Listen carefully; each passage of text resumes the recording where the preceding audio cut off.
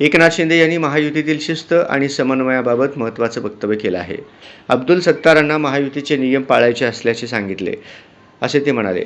महायुतीतील सर्व घटक पक्षांनी ठरलेल्या नियमांचे पालन करणे आवश्यक असून एकजूट कायम ठेवणे महत्त्वाचे असल्याचे त्यांनी स्पष्ट केले.